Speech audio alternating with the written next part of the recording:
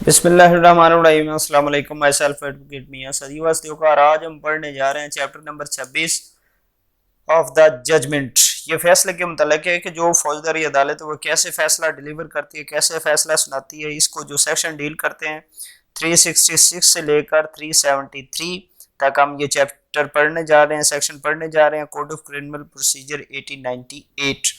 तो सबसे पहले हमारे पास है 366 है मोड ऑफ डिलीवरिंग जजमेंट। फैसले को कैसे डिलीवर किया जाता है, कैसे प्रोनाउंस किया जाता है। ठीक है, the judgment in every trial in any criminal court of regional discretion shall be pronounced और the substance of such judgment shall be explained. तो जो जजमेंट है, जो फैसला है किसी भी फौजदारी अदालत का, वो प्रोनाउंस किया जाएगा या उसको जो सब्सटेंस है वो उसको उसकी वजाहत की जाएगी। ठीक है, तो कैसे की जाएगी? In open court, open court में की जाएगी with immediately after the termination of the trial. Trial के फौरी इख्तिताम, जैसे ट्रायल खत्म होता है फौरी तौर पर, और subsequent time of which notice shall be given to the parties और देयर प्लीडर्स, या उसके बाद टाइम फिक्स किया जाएगा जिसका नोटिस पार्टीज को दिया जाएगा कि फलां दिन को मैं हुक्म सुनाऊंगा, तो उस दिन हुक्म सुनाया जाएगा। In the language of the court, अदालत की जुबान में फैसला दिया जा सकता है, और in some other language with the accused as pleader understand, या किसी दूसरी ऐसी जुबान में दिया जा सकता है जो जुबान मुलजिम या उसका वकील समझ सकता है। ठीक है, उसके बाद provided that the whole judgment shall be read out by the presiding जज, तमाम सारी जजमेंट जज साहब की तरफ से पढ़ के सुनाई जाएगी। If he is requested to do so either by the prosecution और द डिफेंस, अगर मुलजमान या प्रोसिक्यूशन की तरफ से उनको जो है वो रिक्वेस्ट की जाती है तो वो सारी जजमेंट पढ़कर सुनाएंगे। ठीक है, उसके बाद द अक्यूज शैल, अगर मुलजमान कस्टडी में है, बी ब्रॉट अप, तो उनको सामने लाया जाएगा। If not custody be required by the court to attend to hear judgment, तो जसब जो है वो अगर जमानत पर हैं तो उनको को कह सकते हैं कि आप अदालत में आए, उनको रिक्वायर करेंगे, उनको अदालत में बुलवा कर उनकी मौजूदगी में जो है वो जजमेंट देंगे। ठीक है, mass wife where his personal attendance during the trial has been dispensed and the sentence is one of fine only, कि जहां पर उनकी हाजिरी माफी है और उनको जो सजा है वो सिर्फ जुर्माने की हद तक है। ठीक है, या वो बरी हैं, or he is acquitted, या वो बरी हैं। in either of such cases it may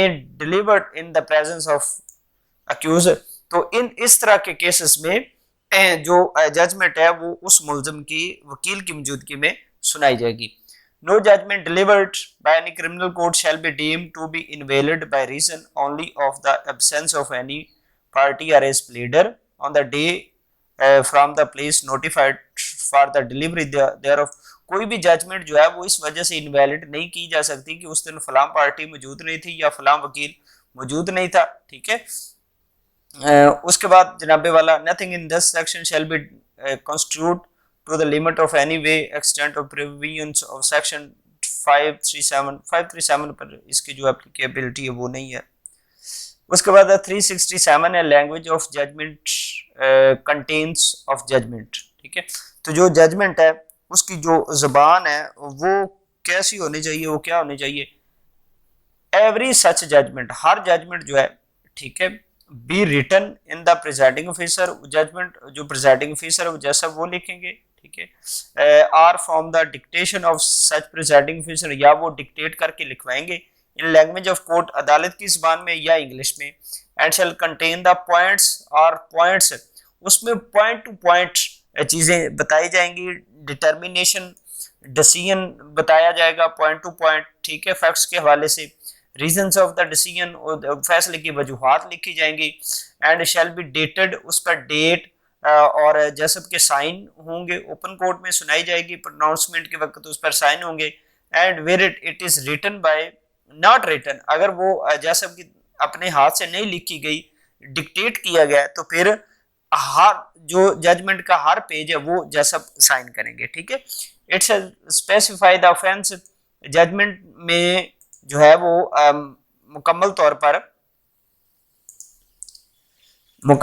पर इस shall specify the offence if which the section of the Pakistan penal code other law, judgment में उस जुर्म का और उसकी सजा का हवाला दिया जाएगा जिस जुर्म के तहत जितनी जितनी सजा दी गई है, ठीक है। जजमेंट इन अल्टरनेटिव मुतबादिल judgment, when the conviction is under Pakistan Penal Code and it is doubtful under which of two sections, under which of two parts of the same section the code of offence fall, the court shall distinctly express the same and pass judgment in the alternative। यानी कि वो कहता है कि जब ये गैर वाज़ेह हो कि इस सेक्शन का कौन से हिस्से के तहत ये जुर्म की सजा दी जानी चाहिए या कौन सा डाउटफुल हो थोड़ा सा, तो वो उसके मुतबादल जो जजमेंट है वो सुना सकते हैं, ठीक है, बहरहाल माफ नहीं कर सकते। If it be a judgment of acquittal, अगर वो बरीयत की जजमेंट है जिसमें मुल्ज़िम को बरी किया गया, it shall state the offence of which the accused is acquitted and direct his, उसमें जो जसब है वो मुल्ज़िम को उस सेक्शन का हवाला देंगे कि इस सेक्शन के तहत उनको बरी किया गया, और ये भी लिखेंगे कि उनको आज़ाद किया जाए, ठीक है। If the accused is convicted of an offence punishable with death, अगर किसी मुल्ज़िम को सजाए मौत होती है, the court sentences him to any punishment other than death, या और जो अदालत है वो यानी कि जहाँ पर जो मुल्ज़िम है वो सजा याफ्ता हो सजाए मौत का, और अदालत जो है वो उसको कोई दूसरी सजा देती है डेथ के अलावा, it shall the court shall in its judgment state the reason why sentence of death was not proceed। तो अदालत जो है वो जब अपनी जजमेंट में ये लिखेगी कि उसको सजाए मौत क्यों नहीं दी गई, ठीक, फैक्ट्स वजूहात लिखेगी। For the purpose of this section the order section 118 123 sub section 3 shall be deemed to be a judgment. इस पर्पस के तहत जो सेक्शन 118 या 123 के तहत जो फैसला जात होते हैं वो जजमेंट कहलाते हैं। 368 a sentence of death, when any person is sentenced to death the sentence shall direct that he be hanged by the neck till he is dead। अगर मुल्ज़िम को सजाए मौत दी जाती है तो उसमें लिखा जाएगा कि उसको गले की जो उसकी गर्दन है उससे उसको उस वक्त तक लटकाया जाएगा जब तक वो मर नहीं जाता, ठीक है।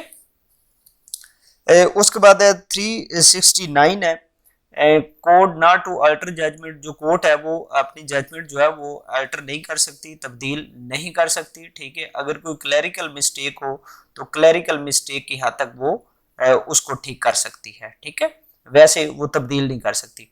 Copy of judgment etcetera to given to accused, जो जजमेंट की कॉपी है वो जब जज जो है वो प्रोनाउंस करेंगे जजमेंट, ठीक है, या उसकी जो ट्रांसलेशन है तो अगर प्रैक्टिकेबल हो तो shall be given to him without delay, फौरी तौर पर मुल्ज़िम को दी जाएगी, ठीक है, provided the shall not apply to cases. और समरी केसेस में ये ज़रूरी नहीं है, केसेस सेंटेंस टू दैट, और जहाँ पर जो मुल्ज़िम को सजाए मौत हो तो फिर क्या होता है जी, जज shall further inform him of the period with which if he wishes to appeal his appeal shall should be preferred, और उसको अगर सजाए मौत दी गई है तो फिर उसको बताया जाएगा कि आपके पास अपील का इतना टाइम और इतने टाइम के अंदर अंदर आपकी अपील बनती है तो आप अपील फाइल कर सकते हैं।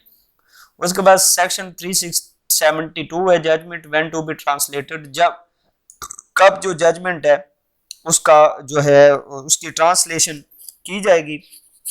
The original judgment shall be filed with the record और proceedings and where the original is recorded in a different language from that of the court and the accused so requires a translation there into the language of the court shall be added to such।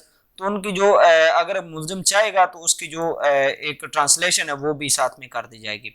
उसके बाद section 373 है court of session to send copy of finding sentence to officer in charge of prosecution, तो जो जैसे ही जो सजा दी जाती है मुल्ज़मान को तो उसकी वक्त जो उसकी एक कॉपी है वो प्रोसिक्यूशन डिपार्टमेंट को भेजी जाएगी, ठीक है। बाकी मामलात के लिए तो यहाँ पर हमारे जो कि ये चैप्टर ये कंप्लीट हो गया। उम्मीद है आपको वीडियो पसंद आएगी, इंशाल्लाह नेक्स्ट वीडियो में मुलाकात होगी, तब तक के लिए अल्लाह हाफ़िज़।